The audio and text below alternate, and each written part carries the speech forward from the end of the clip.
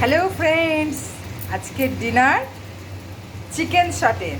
ঠিক আছে, তো এটা শটেতে কী করেছি দেখো, আমি কোকোনাট অয়েলে করছি, এর সঙ্গে একটু তিল দিয়েছি, এই যে তিলটা দেখতে পাচ্ছ, আর দিয়েছি তোমার গার্লিক আর তোমার গ্রিন চিলিজ দিয়ে একটু হালকা ভেজে নিয়ে চিকেনের কিউবটা দিয়েছি, 200 গ্রাম চিকেন আছে, আর দিয়েছি তোমার অনিয়ন পেটালস আর ক্যাপসিকাম আর স্বাদ মতো নুন, আর কি দিয়েছি বুঝতে পারছো, লাইট সয়া সস।